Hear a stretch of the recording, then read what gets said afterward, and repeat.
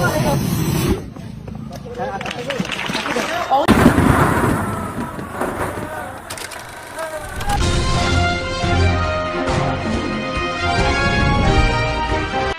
বাস দুর্ঘটনা থেকে এই দুর্ঘটনাটি সত্যি আলাদা। একদম 500 ফুট উপর থেকে পড়ে গিয়ে খাদে পড়ে গিয়ে প্রাইভেট বাসটি প্রায় চুরমার হয়ে গেছে, যেখানে 14 জন মারা গেছে এবং 30 জন আহত, যার জন্য প্রধানমন্ত্রী নরেন্দ্র মোদীও শোক প্রকাশ করেছেন, গভীর শোক প্রকাশ করেছেন। ভয়াবহ মর্মান্তিক বাস দুর্ঘটনাটি ঘটেছে হিমাচল প্রদেশের সিরমৌরে।